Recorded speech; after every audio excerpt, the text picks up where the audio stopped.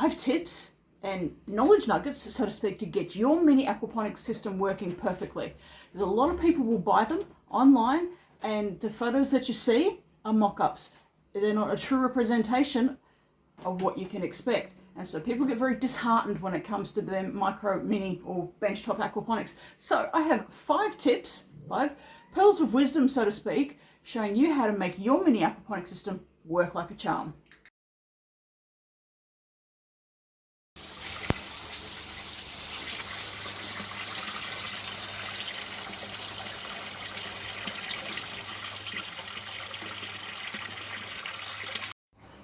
Check out the description to find some more information about aquaponics and how you can move forward and get this happening. I mean, look, we get it. Companies want to sell things. There's always supply, demand. That's how things work. But the problem is that big companies can often sell products in theory that work, and they put up that higher expectation of things, hoping that people will, make it work, basically. And that's the problem. People don't know what you don't know. We've all been there, Mini aquaponics systems, they work, but you have to have some key things to make sure that it works. And not every system that you buy will have that in place. Or sometimes the expectations are a little bit off. So in this video, we're going to talk about 5 things to make your mini aquaponics system work. Right, so the first one we're going to talk about is the number of fish. Okay, so let's talk about fish health. That's very important to me. I'm very much, because of my aquaculture training, I'm very passionate about aquatic health and welfare. Now, this is a 20-litre little fish tank that could be sitting on my bench top right now, but in truth, I already have an aquaponics system there that's a bit bigger. But it's in my lounge room, and it has some fishies in here. 20 litres is pretty much a standard size for your mini aquaponics system. How many fish can you put in there? And keeping in mind, it has to be freshwater fish. Now you can have tropical fish that are freshwater, or you can have cold water fish. So, that's pretty cool. You get lots of choice. But whatever you choose, you have to work out how many fish you can have for this area, for this space. And this is very important, and it leads into the second point, but we're going to cover this one first. So I've got some little gudgeons in here, so pretty much little guppies, they're only really tiny. And for those tiny fish, so thinking guppies or something like that are about 1 inch long, the rule of thumb, and there are other factors, but we're going to cover that in a sec. The rule of thumb is 1 fish per 5 litres of water. That's the rule of thumb. If you have a goldfish, and we're talking, little goldfish, a bit bigger, then it's 1 fish per 20, I can't do enough, I don't have enough fingers, per 20 litres. So that would mean in this little micro aquaponic system, or mini aquaponic system, I'd have 1 goldfish and 1 goldfish in this system. Doesn't sort of seem like much, does it? You have a look at those photos that you see online, and I show you the one really pretty is that Siamese fighting fish. 1 fish in approximately 20 odd litres, and a whole heap of veggies. We'll get to the veggie part in a sec, but here's the thing. We need to make sure that we're looking after the animals first. Your fish, like your guppies, you can have a few more than the 1 per 5 litres. Talk to your aquarium store. Don't just go and buy them. You've got to make sure that the fish are going to be compatible with each other. But community fish, like guppies, can tolerate and handle being a little bit closer together. They will eat their own young, so be mindful of that. But if you're going to go for the bigger fish, including cichlids and things like that, yeah, you're looking at your 1 fish per 20 litres, which would be 1 fish in here. So I'm more than happy to have a few more than that. But talk to the aquarium store to make sure that you're getting the right number and not going to overdo it. Now, don't forget to hit that subscribe button. I'm putting videos up every couple of days, so make sure that you hit subscribe so you can get all of them. Point number 2, and this leads perfectly into the whole, what are your expectations regarding the vegetables? Because in those photos, and I've seen them and I cringe, there's not always enough explanation to identify that 1 fish cannot produce enough fertilizer for all of those veggies that they're showing you in that photo. And seriously, I've seen photos where they're growing tomatoes in a micro aquaponic system. Yeah, that's not going to happen. Little system like this, you will base how many plants you can have on the nitrate available, which we'll get into in a sec. So how much fertilizer is available to those plants. Now, if we're thinking, 5 or, even 10 little guppies, you're not going to be getting more than 1, maybe 2 herbs.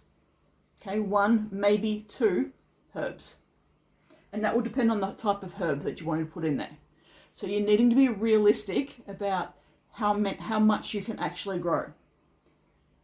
The way we usually work it out is once we've cycled the system and we go through all of those other things that hopefully you've got instructions on. If not, please look up my playlists. I've got how to cycle your system, and we'll talk about what that means in a sec. But I have other videos showing you how to do that, making that all healthy and safe for the fish. But once you've sort of done that and it is safe for the fish, you can then identify how many plants you can put in there based on the amount of fertilizer that's available. Right, so that leads us into point number 3. All right, filtration. Filtration is how we make an aquaponic system, an ecosystem, which is really cool. We have nitrifying bacteria that converts the fish waste into fertilizer. So ammonia into nitrite, and then nitrite into nitrate. And the way that happens is what we call the nitrification cycle. And it's when we basically colonize the aquaponic system with bacteria. Now you can buy bacteria. Stability has CChem has stability, yep. And API have quick start. This is live bacteria that you can add to your system, get it kicked off happening a lot quicker. Or you can let nature do its thing, but that can take weeks or months depending on how cold it is where you live. There are options there. Or you can also add someone else's aquarium filtration. But at the back here, what I'm wanting to show you that's popping up here, this is my biological filter. My mechanical filter is elsewhere. But you must have a biological filter. And that is a fancy way of saying we need a home for that nitrifying bacteria. And for me, it's at the back of my fish tank and the water is moving around with a pump. And I have that hidden right down at the back.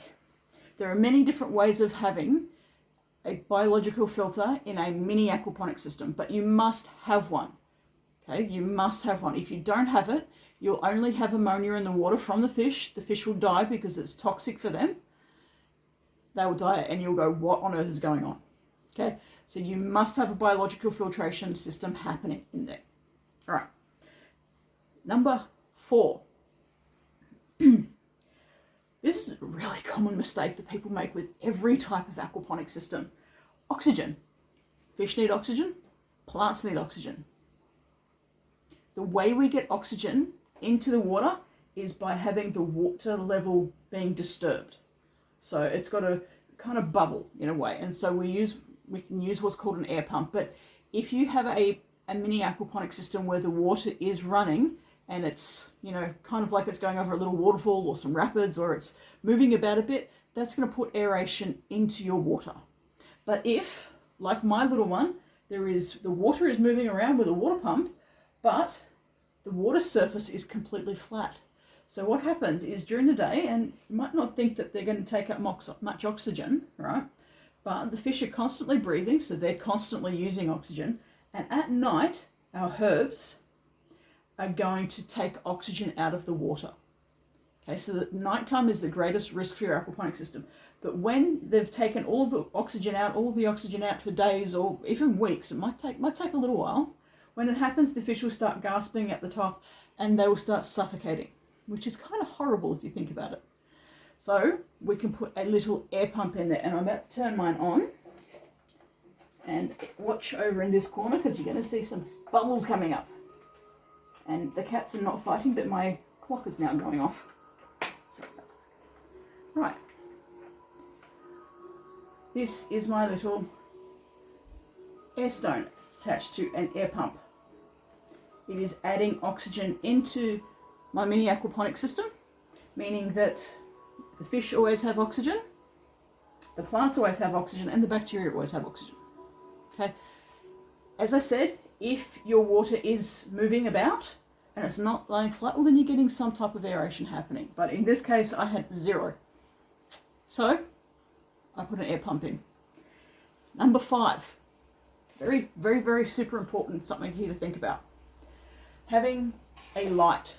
Okay, so I have a grow light here because this is in my lounge room and it doesn't get any natural sunlight. Okay, my herbs need to have light. Your fish don't. I mean, I've got a little fish light in there. They're kind of cool, and that's really cool as my night light in here. But our plants need to have light. Sunlight's best, but any type of growing light will work. You can have your fish tank in front of a window. Very, very pretty. But be aware that if you have water, sunlight, and fertilizer, so basically an aquaponics system, you will end up getting algae as well. So that is a common problem that people have within aquaponics, especially when they have the glass tanks, is you'll get algae. Yeah, okay, so I've got algae, I'll just clean it off. But the algae is utilizing the fertilizer you're wanting your plants to use. Okay, so that's why we don't really like that as an option, but you can easily wipe that off. That's not a biggie to me, but hey, it works. But the key thing is people forget that they need a growing light or some type of light to grow your veggies. So sunlight, awesome. In my case, I've just got a little growing light in here, which works really, really well. But if I turn it on now, it's going to be reflecting horrible, and I just don't want to do that to you. So that is 5 things to make your mini aquaponics system or your benchtop aquaponics system work super duper well. It's having the right expectations of your mini aquaponics system. That's what it comes down to, but you don't know what you don't know. So the first one was how many fish you can have, making sure that you've got the right number, what's healthy and safe for in your system, because if you overstock and you put too many fish in there, they're going to get sick. Okay, they're going to have issues. Number 2 is the amount of plants that you can actually grow. Be realistic about the plant growth. Comes with experience and not trying to sell things commercially on a large scale. Number 3, you must have a biological filtration system set up. Big fancy word of saying a home for the bacteria. You must have a home for the bacteria. Number 4, oxygen. Everything in here needs oxygen. Make sure you're getting it. Okay, make sure it's in there. Oxygen. And number 5, light. Your veggies need light. They need fertilizer, they need water, and they need light. So make sure that you do have some type of light that is suitable for your plants. Excellent.